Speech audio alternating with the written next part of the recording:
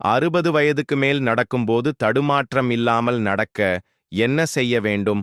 வலிமையாக இருப்பதற்கு கால்களை பராமரிப்பது மிகவும் முக்கியம். ஒரு சேர்லிருந்து எழுந்திருக்கிறது, ஹால்ல நடக்கிறது கூட சவாலா இருக்கலாம். நடக்கும்போது பேலன்ஸ் இல்லாம தள்ளாடுற மாதிரி இருந்தா, இது வெறும் வயசானதுனால வரதில்ல. உங்கள் சமநிலையை பாதிக்கும் காரணிகளை நீங்கள் எவ்வாறு அடையாளம் காணலாம்? இன்னைக்கு பார்க்க போறோம். 60 வயதுக்கு மேல் உடலில் தசை பலவீனம், மூட்டு நெகிழ்வுத்தன்மை குறைதல் மற்றும் எலும்பு அடர்த்தி குறைதல் போன்ற இயற்கை மாற்றங்களை ஏற்படுத்துகிறது. ஆனால் பார்வை குறைபாடுகளும் வெஸ்டிபுலர் சிஸ்டம் எனப்படும் சமநிலையை நிர்வகிக்கும் உள் காது அமைப்பின் செயல்பாட்டு குறைவும் சமநிலையின்மைக்கு ஒரு காரணமாக இருக்கலாம். மேலும் நீரிழிவு நோய் போன்ற நாட்பட்ட நோய்களும் நீங்கள் எடுத்துக்கொள்ளும் மருந்துகளும் கூட உங்கள் சமநிலையை பாதிக்கும். இழந்த சமநிலையை மீட்டெடுப்பது மட்டுமல்லாமல் எதிர்காலத்தில் கீழே விழுவதை தடுக்கவும் அதிக நம்பிக்கையுடனும் சுதந்திரத்துடனும் வாழவும் முடியும். இந்த காணொளி இதை எப்படி செய்வது என்பதை படிப்படியாக காண்போம். வழி 1. தசைகளை நீட்டுவது. The secret of stretching. உடம்பை நீட்டி மடகிறது.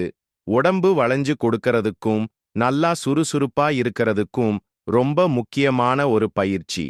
இரத்த ஓட்டமும் சீராகும். முக்கியமா வயசான பிறகு இது ரொம்ப தேவை. தினமும் நீட்டிப்பு பயிற்சி செஞ்சா தசைகள் எல்லாம் நல்லா வளைஞ்சு கொடுக்கும். அது தசைகளுக்கு தேவையான சத்துக்களை கொண்டு போய் சேர்க்கும். தேவையில்லாத கசடுகளை வெளியேற்றும்.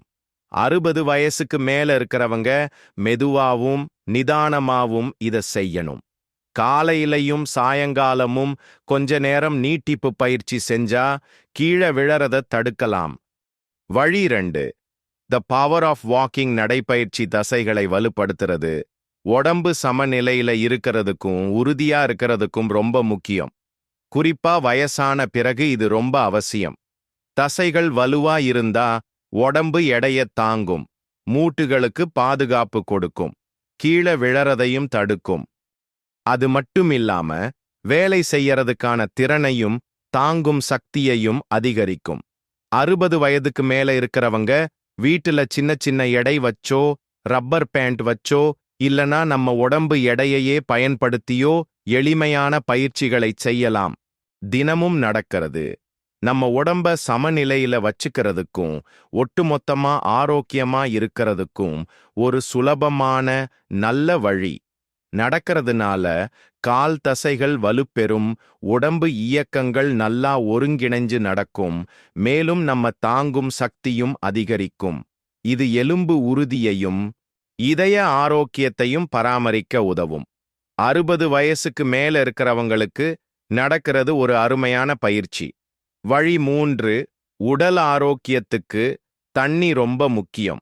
நம்ம உடம்பு சமநிலையில இருக்கிறதுக்கு இது பெரிய உதவி செய்யுது.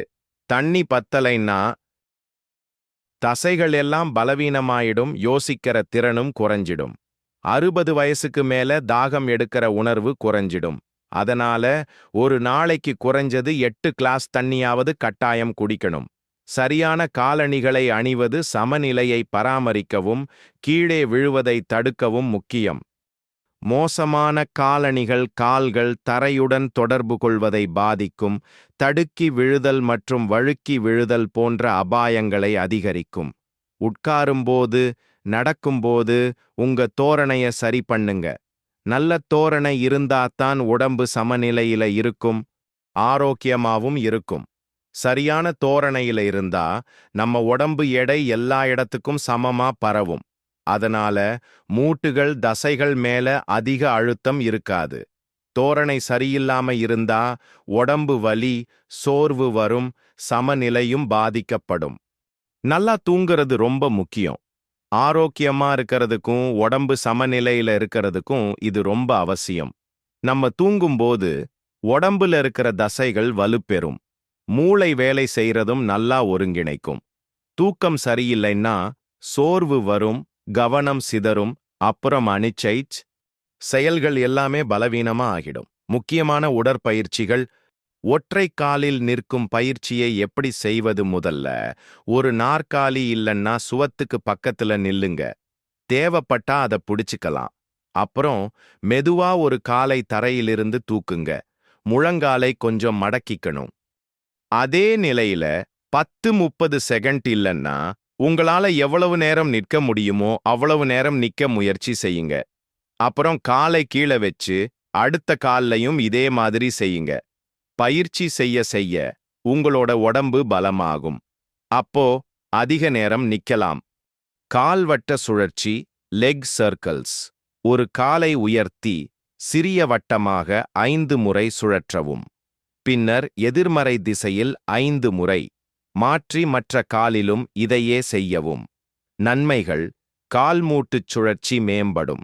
இடுப்புத் தசைகள் வேலை செய்யும். ஒவ்வொரு காலுக்கும் 10 சுற்றுகள். கை சுழற்சி, ஆர்ம் சர்க்கிள்ஸ். எப்படி செய்வது?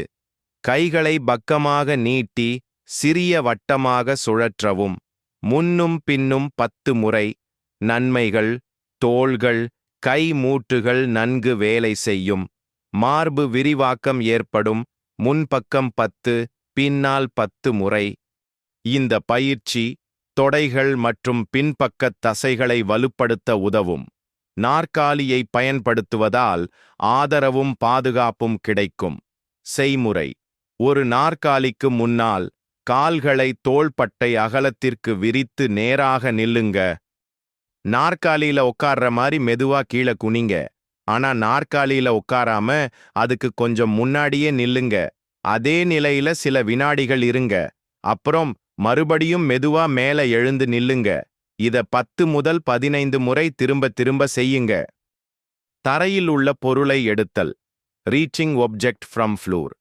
இது உங்க உடலுக்கு ஒரு மிகப்பெரிய பலத்தையும் சரியான சமநிலையையும் கொடுக்கும். இதுதான் உங்க சமநிலைக்கான உண்மையான அடித்தளம். உறுதியான ஒரு நாற்காலிய தேர்ந்தெடுத்துக்கோங்க. டைனிங் ஷேர் ரொம்ப சரியா இருக்கும். நாற்காலியோட முன் பாதியில நிமிர்ந்து உட்கார்ந்துக்கோங்க. உங்க கால்களை தரையில உறுதியா வச்சு இடுப்பு அகலத்திற்கு பரப்பி வச்சுக்கோங்க. உங்க முதுகு நேராக இருக்கணும். நாற்காலியின் பின்னாடி சாய்ஞ்சிருக்க கூடாது. இந்த மாதிரி உட்கார்றதே உங்க உடலின் நடுப்பகுதி தசைகளை, கோர் மசில்ஸ், வேலை செய்ய தூண்டிவிடும். இப்போ ஒரு சின்ன எடை குறைவான பொருளை எடுத்துக்கோங்க. ஒரு டென்னிஸ் பந்து, சுருட்டி வச்ச சாக்ஸ் அல்லது ஒரு பிளாஸ்டிக் பாட்டில் கூட போதும். நீங்க வலது கை பழக்கம் உள்ளவர்னா உங்க இடது கைய பயன்படுத்தி அந்த பொருளை உங்க கால்களுக்கு நேர் முன்னாடி தரையில வையுங்க. இப்போ ஒரு சின்ன எடை குறைவான பொருளை எடுத்துக்கோங்க. ஒரு டென்னிஸ் பந்து, சுருட்டி வச்ச சாக்ஸ் அல்லது ஒரு பிளாஸ்டிக் பாட்டில் கூட போதும். நீங்க வலது கை பழக்கம் உள்ளவர்னா உங்க இடது கைய பயன்படுத்தி அந்த பொருளை உங்க கால்களுக்கு நேர் முன்னாடி தரையில வையுங்க. சமநிலை பயிற்சி, பேலன்ஸ் வாக்கிங். கைகளை பக்கவாட்டுல தோள்பட்டைக்கு நேரா தூக்கிக்கோங்க. உங்களுக்கு முன்னால ஒரு இடத்த பார்த்து அதுல கவனத்தை வச்சுக்கிட்டே நடங்க. இது உங்களை நிலையா வச்சுக்க உதவும். ஒரு காலுக்கு முன்னால இன்னொரு காலை வச்சு நேரா நடக்கணும். நடக்கும்போது ஒரு காலை தூக்கி முன்னாடி வைக்கிறதுக்கு முன்னாடி ஒரு செகண்ட் நில்லுங்க. இப்படி காலை மாத்தி மாத்தி மொத்தம் 20 அடி நடங்க. பின்பக்க காலை உயர்த்துதல். நல்ல திடமான ஒரு சேர் பின்னாடி பிடிச்சு நில்லுங்க. மெதுவா மூச்சை உள்ளிழுங்க. மூச்சை வெளியிடும்போது உங்க முழங்கால வளைக்காம, கால் விரலை நீட்டாம ஒரு காலை மெதுவா பின்னாடி தூக்குங்க. முன்னாடி சாய்ந்துடாம நேரா நிக்க முயற்சி செய்யுங்க. அப்ப நிக்கிற கால் கொஞ்சம் வளைஞ்சு இருக்கலாம். ஒரு செகண்ட் அப்படியே நில்லுங்க. மெதுவா காலை கீழே இறக்கும்போது மூச்சை உள்ளிழுங்க. இப்படி 10 முதல் 15 தடவை செய்யுங்க. அப்புறம் இன்னொரு காலிலையும் 10 முதல் 15 தடவை செய்யுங்க.